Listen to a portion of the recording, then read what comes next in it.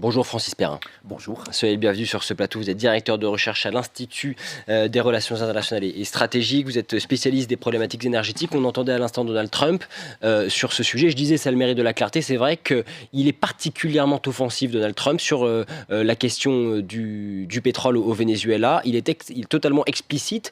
Que cherche-t-il à faire, justement Est-ce que le pétrole est aujourd'hui la raison principale de son intervention au Venezuela? Il est très clair et il va très vite. Parce que les choses sont bousculées en à peine quelques jours depuis le début de cette année. Alors sur le Venezuela, il y a évidemment le pétrole dans les enjeux de ce qui est en train de se passer. Ce n'est pas le seul enjeu, mais c'est un enjeu important, très important. Il y a le pétrole, il y a l'immigration, il y a la drogue, il y a la proximité politique idéologique Venezuela, Cuba, Nicaragua, il y a les liens Venezuela-Chine, Venezuela-Iran. Donc tout ça fait partie de l'agenda américain, dont le pétrole. Les résultats sont spectaculaires. En quelques jours à peine, Donald Trump a obtenu la maîtrise totale de l'exportation du pétrole vénézuélien. Il a fait un deal, comme il aime bien les faire. Alors un deal, évidemment, Venezuela, États-Unis, sous forte pression. Ce n'est pas un deal entre parties égales, avec cette armada navale américaine autour du pays qui peut couper toutes les exportations de pétrole du pays. Le pétrole, c'est 90% des exportations du Venezuela. Vous coupez ça, le pays s'effondre. Oui, mais qu'est-ce que cela représente exactement? Je pose la question à vous, le spécialiste des ressources énergétiques, parce qu'on a deux discours depuis le week-end dernier. Certains qui nous disent, attendez, stratégiquement, et d'ailleurs on est au cœur de la stratégie de sécurité énergétique de Donald Trump, avec cette question du pétrole, ça va tout bouleverser, etc. Et d'autres qui nous disent, attendez, en réalité, d'abord, elles ne sont pas si abondantes que ça, les ressources en pétrole au Venezuela, et en plus de ça, elles sont très difficiles à aller chercher. Quel est votre décryptage? Alors, on peut discuter évidemment de la question des réserves, du chiffre de réserves prouvées du Venezuela. Ce qui est certain, c'est que dans tous les cas de figure, c'est très important. Est-ce que c'est le numéro 1 mondial avec 300 milliards de barils de réserves prouvées? Est-ce que c'est beaucoup moins? Même si c'est beaucoup moins, c'est très important. Donc il y a un potentiel considérable.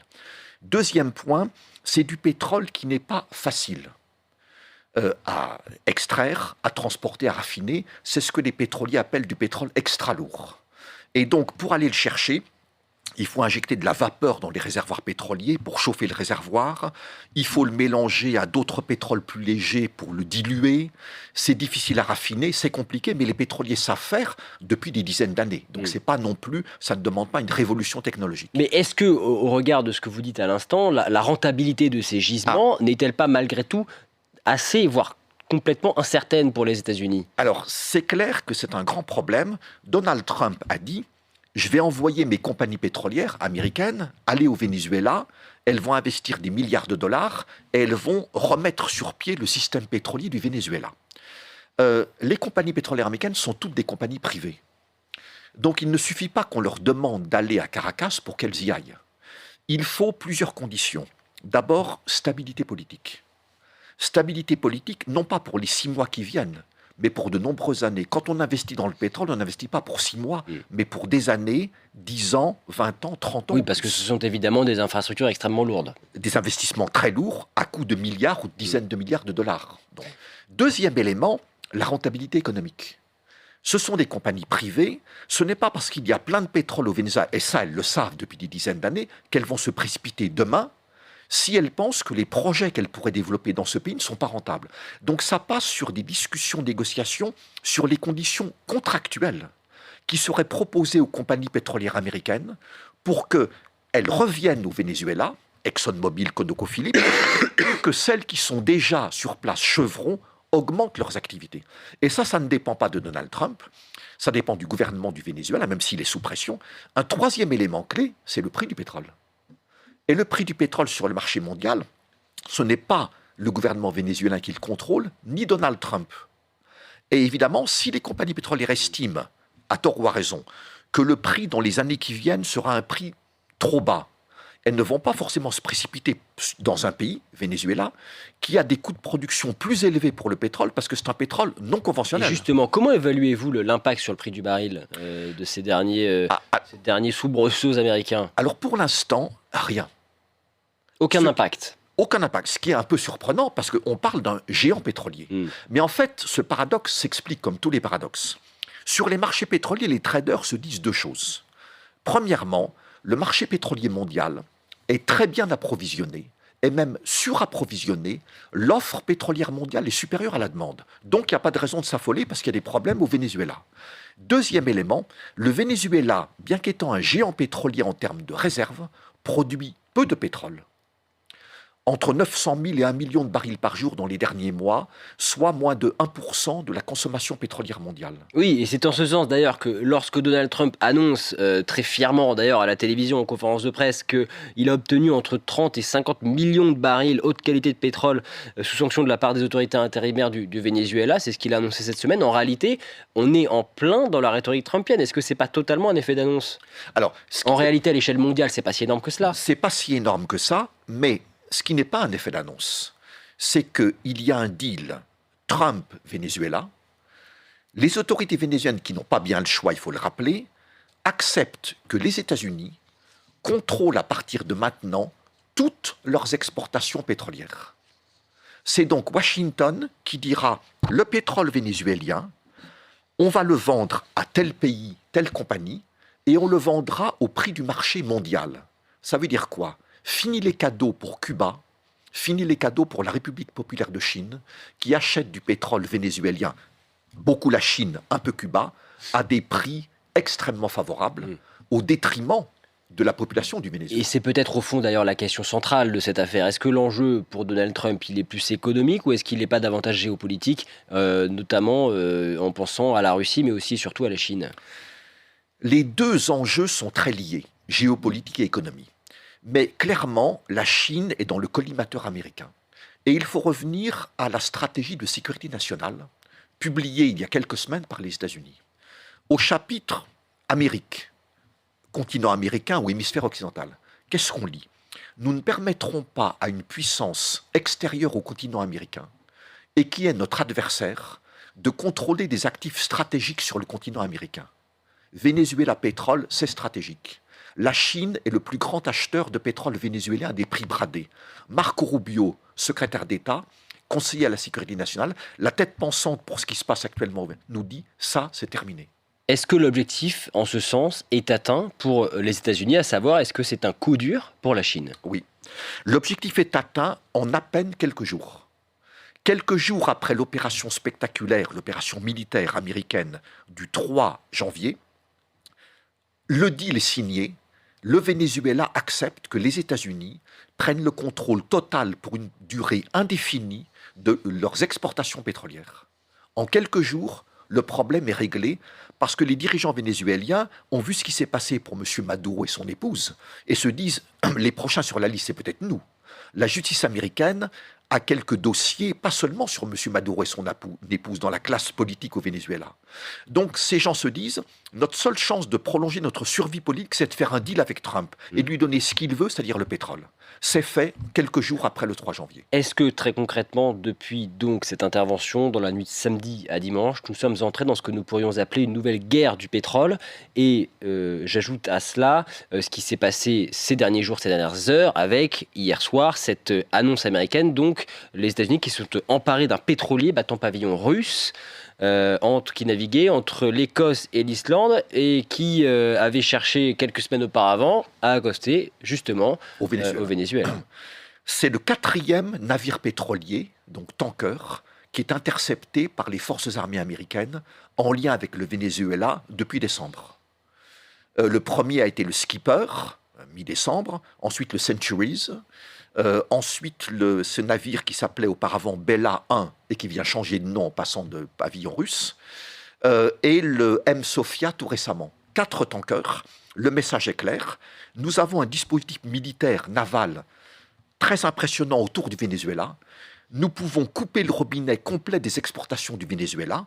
Réponse des dirigeants, nous acceptons pour desserrer l'étau que vous, États-Unis, vous soyez responsables de nos exportations de pétrole et de produits raffinés, Comme ça, vous laisserez passer les temps encore, puisque c'est vous qui serez maintenant maître du jeu. Et ils le sont dès maintenant. Et ça montre, une fois de plus, que pour Donald Trump, il n'y a pas de tabou. Est-ce qu'aujourd'hui, on peut parler... D'abord, est-ce qu'il vous semble juste de parler d'une guerre du pétrole? Et est-ce que ça veut dire que une guerre du pétrole avec la Russie, puisque c'est d'un pétrolier russe dont on parle, est possible? Le pétrole est très lié à de nombreuses guerres, à différents titres. Parfois, on fait la guerre pour le pétrole. C'est un but de guerre. Parfois, c'est l'un des buts de guerre. Parfois, une guerre a des impacts pétroliers très importants, la guerre en Ukraine depuis 2022. Et dans tous les cas, on ne fait jamais la guerre sans le pétrole, parce que le pétrole est le carburant des guerres. La machine de guerre moderne, que ce soit des chars, des véhicules blindés, des avions de combat, des navires de guerre, consomment des carburants pétroliers. Donc il y a toujours un lien depuis la Première Guerre mondiale entre guerre et pétrole, mais parfois c'est un lien de causalité, parfois c'est des conséquences, parfois c'est ce qui permet de faire la guerre. Et dans le cas du Venezuela, le pétrole est clairement l'un des enjeux, pas le seul, mais l'un des enjeux clés vu de Donald Trump, vu de l'administration Trump numéro 2. L'un des enjeux, il y en a un autre en ce moment dont on parle énormément, c'est celui du Groenland, avec là aussi beaucoup de ressources qui intéressent Donald Trump. Oui. Est-ce que vous le voyez faire une intervention du même type, ou en tout cas chercher à s'emparer réellement du Groenland? Il a dit qu'il allait s'en occuper dans les 2 mois. Oui. J'écoutais Guillaume Roquette juste avant moi, et je partage le point de vue qu'il a exprimé. Trump veut le Groenland. Ça, c'est clair, il le dit depuis son premier mandat, et depuis 2025, il le dit de plus en plus souvent. Et après ce qui vient de se passer au Venezuela, évidemment, au Groenland, au Danemark, à Bruxelles, dans le capitale européenne, on est légèrement inquiet. Et on a quelques raisons de l'être. 2 scénarios possibles. Soit Trump choisit la force militaire, ce n'est pas mon scénario privilégié en termes de probabilité, mais je ne peux pas l'écarter complètement. Avec Donald Trump, à peu près tout est possible. Tout est imprévisible. Tout est imprévisible. Et comme disait Guillaume Henriette, ça fait partie de ses forces, parce que ça déstabilise l'adversaire, ou celui qui est en face. Quelle est l'option, selon vous, la plus crédible, la plus probable aujourd'hui sur le Groenland? L'option la plus crédible. Il nous fait peur, y compris militairement, pour qu'on lui donne ce qu'il veut. Alors, il veut acheter le Groenland. C'est difficile au XXIe siècle de vendre un territoire comme on le faisait au XIXe. Les États-Unis se sont étendus comme ça territorialement. L'Alaska aux Russes, la Louisiane aux Français, etc. Ça serait un peu difficile pour le Danemark. Mais on pourrait lui dire, vous êtes inquiet du Groenland par rapport aux appétits russes et chinois. C'est ça le fond du sujet. Vous avez une base militaire qui s'appelait Thulé, qui s'appelle Pitufik au Groenland. Vous en voulez plusieurs? Pas de problème, venez. Vous trouvez qu'il y a trop de bateaux chinois et russes autour du Groenland, dans ces zones de circulation maritime? Faites venir la marine de guerre américaine. Pas de problème, on fait un deal. Vous voulez que les compagnies pétrolières et minières américaines s'intéressent de près aux ressources pétrolières, gazières, minières du Groenland? On leur déroulera le tapis rouge. Je pense que c'est ça qui va se passer d'une façon ou d'une autre. Ce qui l'intéresse, Donald Trump, et d'ailleurs c'est la même question qu'avec le Venezuela, là ce sont des enjeux géopolitiques que vous évoquez. Ce qui l'intéresse, c'est les ressources ou la géopolitique?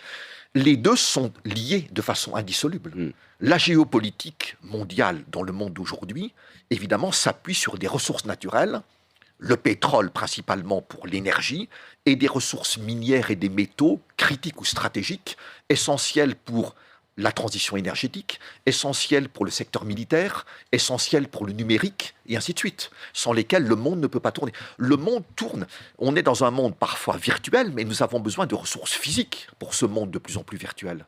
C'est l'énergie, avec en tête le pétrole, première énergie mondiale, et c'est un certain nombre de métaux ou de minerais, ça peut être le lithium, le cobalt, les terres rares, etc., le bon vieux cuivre et d'autres, sans lesquels l'économie mondiale ne tourne pas. Donc, nous avons besoin de ressources. Les ressources sont à la base de la géopolitique mondiale. Ce n'est pas le seul élément clé, mais c'est vraiment un fondamental parmi les fondamentaux. Et quelles sont les conséquences pour les Européens, et en particulier pour la France, de tout cela? On parlait notamment, évidemment, de la question du pétrole. Est-ce qu'il n'y a pas un risque d'accroître encore plus notre dépendance vis-à-vis des États-Unis, qui sont déjà aujourd'hui le premier exportateur de pétrole mondial? Alors, ils sont le premier producteur mondial. Ils sont de plus en plus exportateurs, mais le premier exportateur mondial de pétrole, c'est l'Arabie Saoudite. Oui, premier producteur, vous avez raison. Mais est-ce qu'il n'y a pas un risque quand même d'accroître aujourd'hui notre dépendance? Nous sommes pris en sandwich, nous, France, Union européenne, entre les 2 plus grandes puissances mondiales, États-Unis 1, République populaire de Chine 2, États-Unis étant le leader dans le domaine des énergies fossiles. Énergie fossile, pétrole, charbon, gaz naturel, 80% de la consommation mondiale d'énergie aujourd'hui, donc c'est capital. Premier producteur mondial de pétrole, États-Unis. Premier producteur mondial de gaz naturel, États-Unis. Premier exportateur mondial de gaz, États-Unis. Quatrième producteur mondial de charbon, États-Unis. Donc un géant des énergies fossiles qui représente 80% de tout ce que le monde consomme comme énergie. Et de l'autre, la Chine, qui est aussi un géant des énergies fossiles, mais plus en termes de consommation, d'importation, mais premier producteur mondial de charbon, et qui développe les énergies renouvelables, solaires, éolien, et des énergies non renouvelables, mais importantes, nucléaires. Et nous sommes entre les deux. Et nous sommes entre les deux, parce que nous n'avons ni le potentiel américain considérable en termes d'énergie fossile dans leur sous-sol, ni l'avance technologique de la Chine en termes d'énergie renouvelable.